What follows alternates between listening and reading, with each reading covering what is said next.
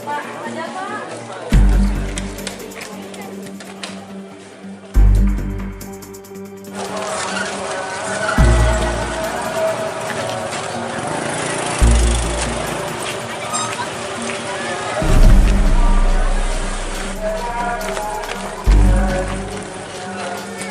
Kita dulu pikir dulu, nah.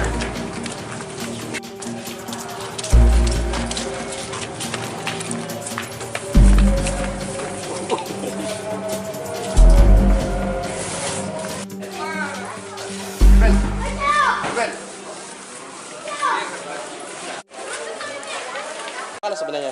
Iya, Awalnya sebenarnya kita lihat di mana? awalnya saya buang sampah kan, buang sampah, saya taruh di sini, kan itu yang bekas hari-harinya di sini, dibawa di sini. Terus saya lihat, terus tiba-tiba menghadap ke sana, menghadap ke sana. Itu berapa? Jam berapa tadi? Jam berapa Jam tadi kita lihat? sekitaran jam 8. 8 pagi deh. Itu kondisi bayi bagaimana kondisinya?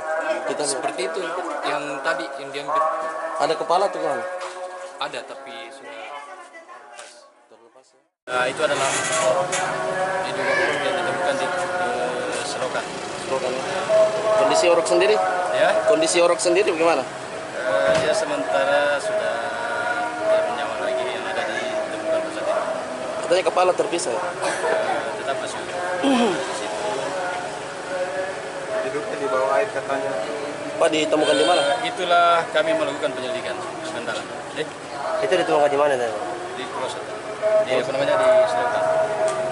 Pak ada yang diamankan saksi atau gimana? Itulah kerjanya kami penyidik untuk menyelidiki dan untuk menemukan siapa yang telah melakukan. Kalau dari analisa awal itu katanya sudah bermalam. Ya itu perkirakan dia sudah sekitar 21. Pak Jenis kondisi, kelaminnya sudah Ya, jenis kelaminnya sudah diketahui. lagi-lagi. Pak itu kondisi bayi sudah membusuk atau gimana Pak? Diperkirakan berapa hari? Sudah berapa bulan itu Pak? Antara 3 sampai 5. 3 sampai 5 bulan.